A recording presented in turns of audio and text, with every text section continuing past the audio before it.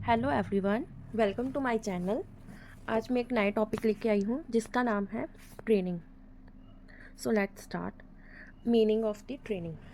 The types of a training that can be provided to employees to sharpness their existing skills and learn new skills. So training का मतलब क्या होता है? Training का मतलब होता है किसी एम्प्लॉयज़ को उसकी स्किल्स को बढ़ाना या फिर उनकी एग्जिस्टिंग स्किल्स को और ज़्यादा शार्प करना। उनकी स्किल को उनको कुछ नया सिखाना या फिर उनके पास जो पहले से ही एम्प्लॉयज़ के पास स्किल्स हैं उन्हें और भी बढ़ाना, उन्हें और नई नई स्किल्स के बारे में पता लगाना। सो ट्रेनिंग के टू मेथड्स होते हैं। First is a on the job training method and second is a of the job training method. So on the job training method का मतलब क्या होता है? Learning by doing. So on the job training method का मतलब होता है जैसे हम कहीं पे काम लाइक हम सैलरी भी हमें मिल रही है और हम साथ ही साथ में कोई नई नई स्किल्स के बारे में पता कर रहे हैं। हम काम करते करते कुछ सीख रहे हैं और हमें जॉब्स के थ्रू ही हम कुछ सीख रहे हैं और काम भी कर रहे हैं साथ में। एंड जो ऑफ द जॉब होता है, इसके नाम से ही दोनों से क्लियर होता है, ये है लर्निंग बाय गेनिंग नॉलेज। इसमें हम जॉब पे नहीं जाते हैं, सिर्फ एक एक तरह की ट्रेनिंग होती है जो हम पूरी ट्रेनिंग करने के बाद हम जॉब के लिए अप्लाई करते हैं। सो इसमें क्या लिखा है? Learning by doing when new employees learns applicable skills for their role while in the work place. Learning by doing, कुछ करते हुए सीखना। व्हेन, जब न्यू एम्प्लॉयज़ कुछ सीखते हैं, नई स्किल्स अप्लाई करते हैं for their roles while the work place, अपने काम की जगह पर कुछ नया नया सीखते हैं। Then second is a learning by gaining knowledge. इसमें हम वर्क प्लेस पे नहीं होते हैं, हम अपने वर्क प्लेस पे प्रेजेंट नहीं होते हैं, बट सिर्फ एक नॉलेज गेन करते हैं। Then on the job training methods के कुछ आगे मेथड्स को डिवाइड किया हुआ है। So let's start. First is a job instruction training. Experienced person जो होते हैं वो इसमें हमें गाइड करते हैं। एक एक पर्सन है, उसको एक जो एक्सपीरियंस पर्सन होते हैं कंपनी में, जैसे सुपरवाइज़र हो गया, वो हमें स्टेप बाय स्टेप एक ट्रेनिंग देते हैं, इंस्ट्रक्शंस गिवन करते हैं हमें कि कैसे काम करना है, क्या क्या रूल्स हैं, सब कुछ हमें स्टेप बाय स्टेप बताया जाता है। Then second is a apprenticeship. Apprenticeship मतलब क्या मतलब होता है? Going for training for a few time. It's like a internship. जैसे हमारी इंटर्नशिप लगती है, थोड़े टाइम के लिए हमें कहीं दूर जाना पड़ता है कुछ काम, नया काम सीखने के लिए। अर्निंग वाइल डूइंग, इसमें भी क्या हम करते हैं, जैसे ऑन द जॉब है ये, हम साथ में जॉब भी करते हैं और साथ में कोई स्किल्स गेन करते हैं, कुछ सीखते हैं। इसमें हमें एक्सपीरियंस्ड पर्सन जो होते हैं वो हमें क्या करते हैं, कुछ स्किल्स, न्यू स्किल्स सिखाते हैं। After completion training can apply for a permanent job. जब हमारी काम करते करते कुछ हमने नया सीख लिया, हमें ट्रेनिंग हमारी पूरी हो गई है, तो हम जो है परमानेंट जॉब के लिए अप्लाई कर सकते हैं। Second point is a job rotation. So job rotation का बेसिकली मतलब क्या होता है? जैसे हम पहले कोई एक पोजीशन पे काम कर रहे हैं कंपनी में, जैसे हम एम्प्लॉय हैं, देन हमें क्या हुआ, जॉब रोटेट कर दी, हमें एचआर बना दिया गया, ऐसे हमारी जॉब को जो है रोटेट कर दिया। Teach current employees how to do various jobs over time. The employee will rotate around to different jobs within the organization, performing various different tasks unrelated to his original job. When you are from accounting, then company rotate your responsibilities to marketing, then you know about the marketing also.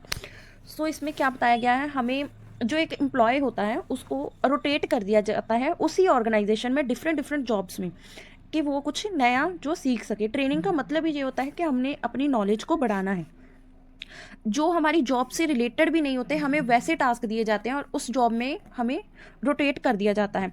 जैसे हम accounting के शुरू से accounting में रहे हैं, तो हमें मार्केटिंग के बारे में कुछ नहीं पता, तो हमें वो कंपनी क्या करेगी, हमें मार्केटिंग में भेज देगी, जिसकी वजह से हमें मार्केटिंग के बारे में पता चल जाएगा। देन अगर मार्केटिंग के बारे में पता चल गया, तब हमें शिफ्ट कर दिया जाएगा एचआर में, तब हमें एचआर का पता चल जाएगा, एचआर के क्या रूल्स हैं, क्या रोल है उनके। देन इसी तरह हमें जॉब रोटेशन मिलती है ऑर्गेनाइजेशन में। Then third is a coaching. Coaching क्या होता है? कोचिंग का मतलब होता है मोर एक्सपीरियंस्ड और skilled An individual provides an employees with advice and guidance like a tuition. जैसे हम कोई ट्यूशन होती है, जैसे हम ट्यूशन के लिए जाते हैं, एक गाइडेंस पर्सन होता है, जैसे हमारा टीचर होता है क्लास में, वो एक एक्सपीरियंसड है, उनके पास स्किल्ड हैं, जो हमें एम्प्लॉय, ऐसे ही हमें कंपनी में एम्प्लॉयज़ को जो एक सुपरवाइज़र होता है गाइड करता है, लाइक अ ट्यूशन की तरह.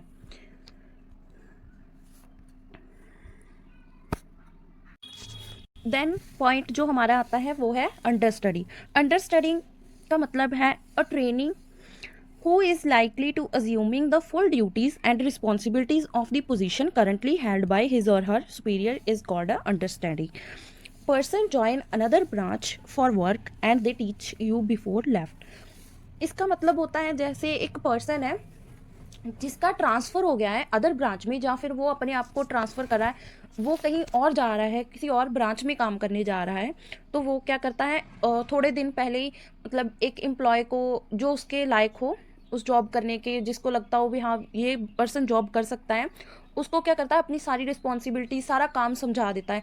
और जब उसको लगता है कि हाँ ये पर्सन जो है, एम्प्लॉयज़ जो है, ये मैनेजर के रोल कर लेगा, ये काम सीखा है, तो क्या होता है वो जो है वो काम छोड़कर अगर अनदर ब्रांच में चला जाता है, तो इसको क्या बोलते हैं under study. Then point is a mentor, sorry वाई लगा, मेंटर है. मेंटर क्या होता है? अ सीनियर और more experienced person, the mentor is assigned to act as an advisor, counsellor और गाइड टू अ जूनियर. इसका क्या मतलब होता है? जैसे कोई सीनियर पर्सन हो गया या कोई एक्सपीरियंस्ड पर्सन है, उसको क्या बोल सकते हैं हम? मेंटर. जैसे हमारे जो टीचर्स होते हैं कॉलेज में या स्कूल में होते हैं, वो क्या होते हैं? मेंटर का रोल करते हैं, क्योंकि हमारे पास जो प्रॉब्लम्स होती हैं, कोई भी प्रॉब्लम होती है अगर स्टूडेंट को, तो वो क्या करता है अपने टीचर्स के पास लेके जाता है कि हाँ हमें ये प्रॉब्लम है. तो क्या होता है ऐसे ही एम्प्लॉयज़ जो होते हैं वो अपने एडवाइज़र के पास जाते हैं, जिन्होंने उन्हें जैसे वो उनके पास से एक्सपीरियंस्ड पर्सन्स होते हैं कंपनी में, वो उनके पास जाते हैं क्योंकि वो उनके सीनियर्स होते हैं और जो एम्प्लॉयज़ होते हैं उनके जूनियर्स होते हैं. The mentor is responsible for. Then the second method of a training is off the job training methods. So first is a lectures. Lectures का क्या मतलब होता है? एक इंस्ट्रक्शंस होती हैं, इसमें डायरेक्ट मेथड्स होते हैं जिसे हम वर्बल प्रेजेंटेशन के थ्रू इंफॉर्मेशन देते हैं लार्ज ऑडियंस. लाइक जैसे यूट्यूब पे वीडियोस होती हैं, कोई लेक्चर्स है, जैसे इसी टॉपिक के रिलेटेड बहुत सारे टीचर्स ने वीडियोस डाली होंगी यूट्यूब पे, तो वो एक टाइम पे बहुत से स्टूडेंट्स होंगे जो उस वीडियो को एक ही साथ में सुन रहे होंगे, लार्ज ऑडियंस होगी उनकी.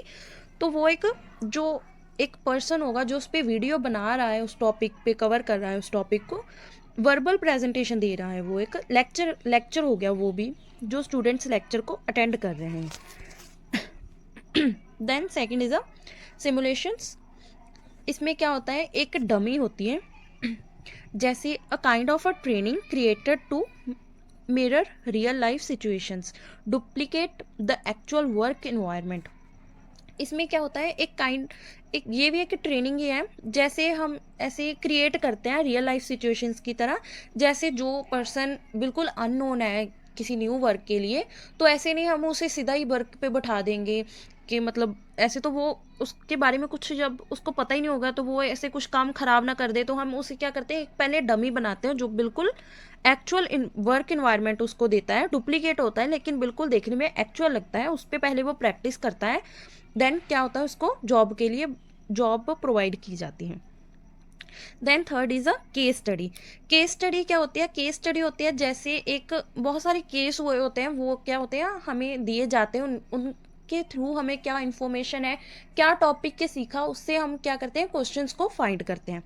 A method which provides descriptive situations trainings to make decisions. The purpose of the case method is to make trainings apply what they know, develop new ideas to manage a situation or solve a problem.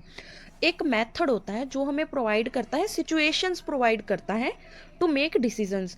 जैसे कोई case study होगी कि HR के साथ ये हुआ, तो तब जैसे एचआर के साथ कुछ हुआ, एचआर ने या कुछ कर दिया, तो हमें पूछेंगे कि आपको क्या लगता है एचआर क्या कर पाएगा, एचआर का क्या डिसीजन होगा। तो हम अपनी ब्रेन के थ्रू उसका डिसीजंस फाइंड करेंगे, डिसीजंस बनाएंगे कि हाँ एचआर को ऐसे करना चाहिए, एचआर वैसे करेगा।